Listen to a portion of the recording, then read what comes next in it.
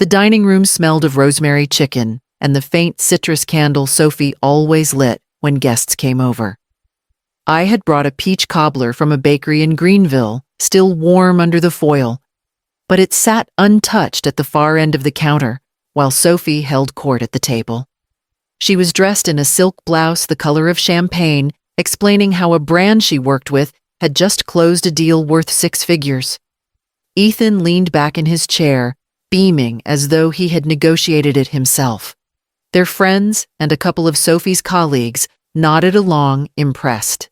I folded my napkin on my lap, listening, reminding myself that it was her birthday, and the evening was meant for celebration. Then Ethan chuckled, shaking his head with the kind of pride that had once been reserved for school report cards. "You'll never be as good as my wife," he said, his voice carrying over the table. Laughter broke out, Sophie's high, triumphant laugh, the polite chuckles of others, eager to stay in the glow. I felt the air leave my lungs, though I kept my face still. I looked at Ethan, my son, the boy I had once rocked to sleep in a 1-bedroom apartment after long shifts at the school. He didn't glance at me. He was too busy basking in the moment, the hero in his wife's story. I lowered my eyes to the tablecloth, tracing the faint pattern of vines stitched along its edge, and tried to swallow down the sting. The words settled heavy in my chest, the kind of weight that doesn't lift with polite smiles. On the drive home that night, I thought of another table, another moment years earlier when everything had changed. The sting of Ethan's words carried me back to Greenville, not just on the highway, but through years I thought I had buried under routine. I saw myself at 30, standing in our kitchen with the phone pressed to my ear, listening to the mill manager stumble through the words that made me a widow. Ethan had been 6 too young to understand why his father's boots sat by the door, but never moved again. I remember how small his hand felt in mine the day we walked into Greenville Middle, where I asked the principal for every hour of work they could give me. By that fall, I was keeping attendance in the mornings, filing records in the afternoons, and shelving books in the evenings. At night, when Ethan was asleep, I balanced the bills at the kitchen table, circling numbers with a pencil that left smudges on my fingers. We scraped by. Second-hand coats. Bargain groceries, summers without air conditioning.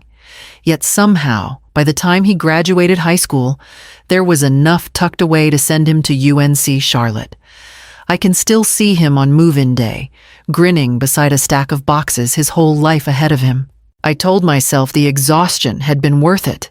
When he wanted a condo a few years later, I pulled $5,000 from the envelope I'd been saving for a new roof and handed it over. He promised to pay it back, but promises fade quickly in busy lives. I didn't chase it. I only wanted to see him steady, secure. What I never expected was how quickly a mother could turn invisible once another woman began to shine in his world. By the time Sophie entered Ethan's life, I had grown used to standing in the background. At first, I welcomed her. She was bright, charming, and spoke with the confidence of someone who believed the world would always tilt her way. Ethan lit up around her, and I thought maybe that light would spill into the rest of our family. It didn't take long for the stories to spread. At church gatherings in Greenville or dinners with relatives in Charlotte, people spoke of Sophie as though she were the answer to a prayer. She was ambitious, stylish, the kind of woman others pointed to with admiration. Online, she wrote about hustle and discipline, painting herself as self-made, a woman who had built her success from grit alone. The comments applauded her, and Ethan basked in the glow. What no one saw were the grocery bags I carried up their townhouse stairs when their fridge sat empty after one of Sophie's big launches. They didn't see the Saturdays I spent babysitting so she could travel to networking events, or the quiet transfers I made when Ethan admitted a bill had slipped through. None of those details made it into her curated feeds. I told myself it didn't matter, that mothers are meant to help to fill in the gaps. But each time Sophie posted a photo of herself with Ethan's arm around her, captioned with words about independence and building an empire, a quiet ache settled deeper in my chest. I wasn't jealous of her success. I was invisible in its shadow. Still, I kept showing up with groceries, with childcare, with quiet support, believing that one day Ethan would notice who was keeping the seams of his life stitched together.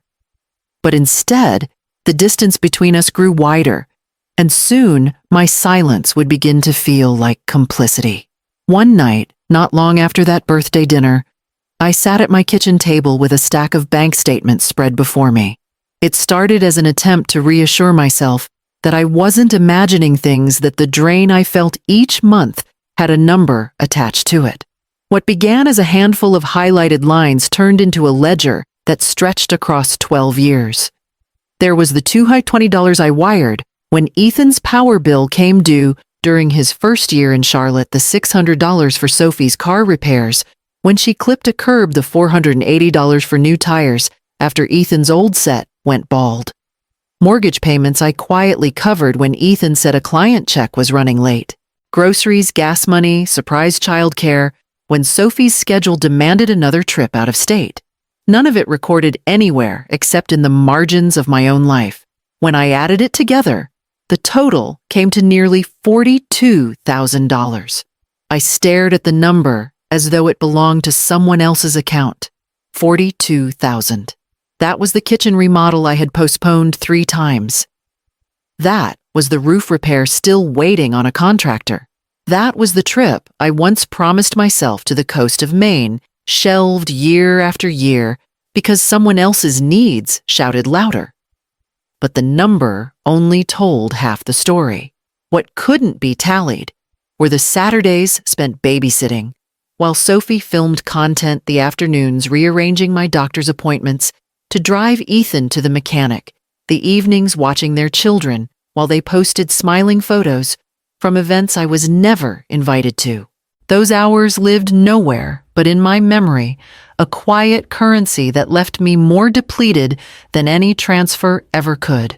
I closed the folder and pressed my hands flat against the table. It felt less like evidence and more like a diary, 12 years of giving without acknowledgement, proof of how easy it had become for them to lean while I carried. I didn't know it then, but that ledger would soon leave the shadows of my kitchen drawer and step into the light of their dining room. South Park's lights glowed soft against the glass windows of the restaurant as I walked in carrying a wrapped box. Inside was a quilt I'd worked on for months, deep blues and silvers stitched together in a pattern that reminded me of waves. I had chosen it because Sophie once mentioned wanting something to drape across the guest room bed, and I thought maybe this gift made with my hands would find a place in her home. The table was already buzzing when I arrived. Sophie leaned close to Ethan, her wrist tilted to catch the light. A silver bracelet sparkled under the chandelier. "Ethan surprised me with this," she said, voice carrying just enough to be heard by everyone around her. "He really does know how to spoil me." She brushed a kiss against his cheek, and the table erupted in admiration. I kept my smile steady, though I knew exactly where part of that surprise had come from. Just 2 weeks earlier, Ethan had called asking if I could help cover an unexpected expense. He never said what it was for, and I hadn't asked. Now I saw the answer glittering on Sophie's arm. When it came time for gifts, my box was passed over quickly. Sophie pulled back the tissue paper, glanced at the quilt, and offered a polite thank you before setting it aside. Conversation swelled again around the bracelet, around Ethan's thoughtfulness, as though my hours of work were nothing more than background noise. And then Ethan chuckled the same sound I'd heard at the last dinner and repeated it like a practiced line. "You'll never be as good as my wife." The table laughed with him. Sophie, most of all. I felt the air tighten around me, the weight of years pressing down, and in that moment, I knew something inside me had begun to shift, something that would not be silenced much longer. The morning after Sophie's birthday, I sat at my kitchen table with the quilt scraps still scattered across the chair beside me. My hands moved on their own, pulling open my laptop, logging into my bank account, scrolling through years of transactions. The numbers told a story louder than any words I could have spoken at that dinner. I printed the records one by one, the machine humming steadily as page after page slid into the tray. Transfers labeled utilities, mortgage, groceries stacked in a neat pile. I pulled receipts from drawers, notes scribbled on scraps of paper, even text messages, where Ethan had asked, "Just this once, can you spot me?" By noon, I had nearly a binder's worth of evidence, a silent chronicle of 12 years written in dollar signs. At first, I thought the act would break me, but it steadied me instead. For the first time in years, I could see my life in black and white, the shape of sacrifice laid bare. This wasn't pettiness. It was proof. That afternoon, I opened the banking app again, not to send, but to stop. 2 automatic transfers, one set for their utilities, another for the mortgage cushion, were canceled with a few taps of my finger. The screen asked if I was sure. I pressed yes, and a kind of quiet spread through me, heavier than relief, sharper than fear. I slid the papers into a plain binder from the dollar store, its cover thin and unremarkable. But what it held carried the weight of years I could no longer ignore. I placed it on the counter where it sat like a promise waiting to be spoken. And with every glance at that binder, I felt the silence inside me turn into something closer to resolve, carrying me toward the Sunday I knew was coming. That Sunday, I set the table in Greenville, as I had 100 times before. Roast chicken, green beans, mashed potatoes. It looked like every family dinner I had ever hosted, but the binder sat beneath the sideboard, waiting. Ethan and Sophie arrived late. Sophie sweeping in with a laugh about traffic, Ethan following with a bottle of wine. They settled quickly, confident the rhythm would be the same as always. I would feed them. I would listen. And before the evening ended, some quiet request would slip into the conversation. Sure enough, halfway through the meal, Ethan sighed, glanced at Sophie, and said, "We've been talking about expenses.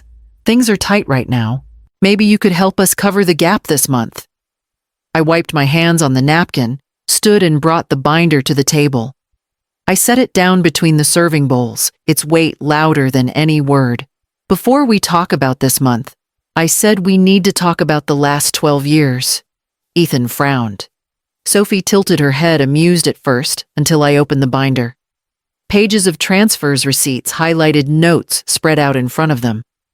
"What is this?" Ethan asked. "Proof," I said. "Utilities, car repairs, mortgage payments, groceries. Everything you've leaned on me for since you left home." Sophie laughed, brittle and sharp. "This is ridiculous. Families help each other. You make it sound like a bill." Ethan leaned back, shaking his head. "Mom, we never asked for all this. You just wanted to help." I met his eyes. "No, you asked, again and again. And I gave until it hollowed me out." His face tightened, the easy charm gone. "So what now? You want me to thank you to admit Sophie isn't as capable as you?" The words stung, but my voice stayed steady. "You said I'd never be as good as your wife. Fine. Then tell her to handle everything because I'm done picking up the pieces." The room went silent. Sophie's smile slipped. Ethan's face turned pale. For once there was no easy joke, no dismissive shrug to erase what had been laid bare. I closed the binder, slid it back across the table, and felt the quiet settle differently this time, not as a weight pressing me down, but as a space finally cleared. And in that space, the fallout began.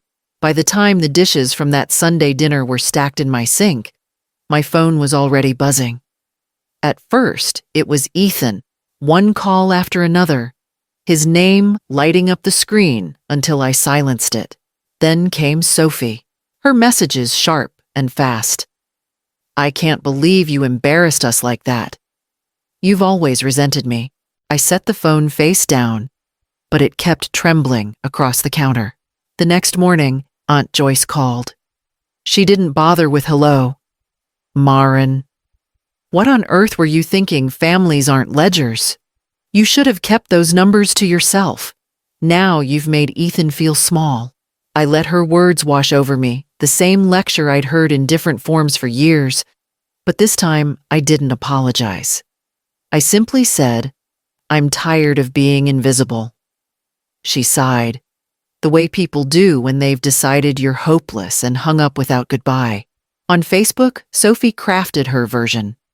A photo of her and Ethan smiling over brunch captioned, "Some people will try to tear you down when they see you thriving, but love always wins." The comments poured in hearts, prayers, little notes praising her strength. I scrolled once, then closed the app for good. That week, Ethan sent a Venmo request for $400 labeled rent. In the past, I would have clicked without hesitation, but instead, I opened my savings app. I created a new transfer set for the same day each month, the same amount I once sent him. This time, it went into an account with only my name on it.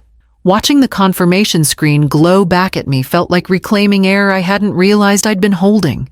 The house was quiet that night, quieter than I liked. The ache of distance sat beside me on the couch, heavy as a stone. But alongside it was something else, something that felt almost like relief. For the first time in years, I knew the money I earned and the hours I worked belonged to me alone. It was a small beginning, fragile and uncertain, but it was mine. And as the days stretched on, I began to see how different a life could look when you no longer lived it as someone else's safety net. In the weeks that followed, I began to notice how different my days felt when they were no longer shaped around someone else's emergencies. The first Sunday after I canceled Ethan's transfer, I drove to the library and signed up for a book club. Sitting among strangers talking about stories that had nothing to do with family obligations, I felt a quiet spark I hadn't felt in years. At church, I stopped rushing out after service. Instead, I stayed for the potluck suppers, sharing casseroles and peach pies, laughing at small-town gossip. People asked me about myself, not about Ethan or Sophie, and I realized how rare it had been to speak without their names shadowing every sentence. With the savings beginning to build, I hired a carpenter to finally fix the porch railing that had been loose for nearly a decade. Watching him set the new post sturdy and straight felt symbolic, as though the house and I were both finding our footing again. I even bought a rocking chair for the porch, the kind I used to imagine sitting in when I was younger. Each evening, I rocked as the sun set, listening to cicadas sing while the air cooled. I allowed myself small indulgences too, a good cut of salmon at the market, a bottle of wine not on sale, a pair of walking shoes that didn't pinch. They were simple things, but they felt like declarations. Of course I missed Ethan. Some mornings I caught myself expecting his call even if it was just another request. The silence between us was painful, but the peace that filled its place was undeniable. It was in that stillness that I began to see what kind of future I wanted and what I would no longer accept. It was nearly 4 months before Ethan came to Greenville. I saw his car pull into the driveway late one Saturday afternoon, headlights cutting across the porch where I sat with my book. He stepped out alone, no Sophie at his side, and for the first time in years, he looked less like the confident man he projected and more like the boy I remembered leaving for college. We sat at the kitchen table in the same chairs we had used for countless meals. He didn't reach for food or small talk. Instead, he looked at the binder on the counter, the same one I had left in plain sight. I read through it, he said quietly. Every page. I can't say I didn't know you always helped, but I didn't realize how much. Or maybe I didn't want to realize. I listened, my hands folded in my lap. He rubbed at the back of his neck, the words coming unevenly. Sophie says you're trying to drive a wedge between us. But when I saw those numbers, I couldn't argue. You carried us. I don't know how to make that right. You don't need to make it right, I said. My voice was steady even. You need to understand it can't continue. I am your mother, not your bank. If you want me in your life, it must be for love, not what I cover. His eyes dropped to the table. He nodded, once, then stood as though the weight of the conversation had left him heavier. At the door, he hesitated like he wanted to say more, but nothing came. He walked out into the fading light, uncertain, leaving both of us in the quiet he couldn't break. I rose, closed the binder, and placed it back in the drawer. It wasn't a trophy, and it wasn't revenge. It was a record, and now it was done. For the first time, I felt the boundary I had drawn settle into place, not as anger, but as dignity. And as the evening air cooled through the open window, I knew I had chosen a future that belonged to me.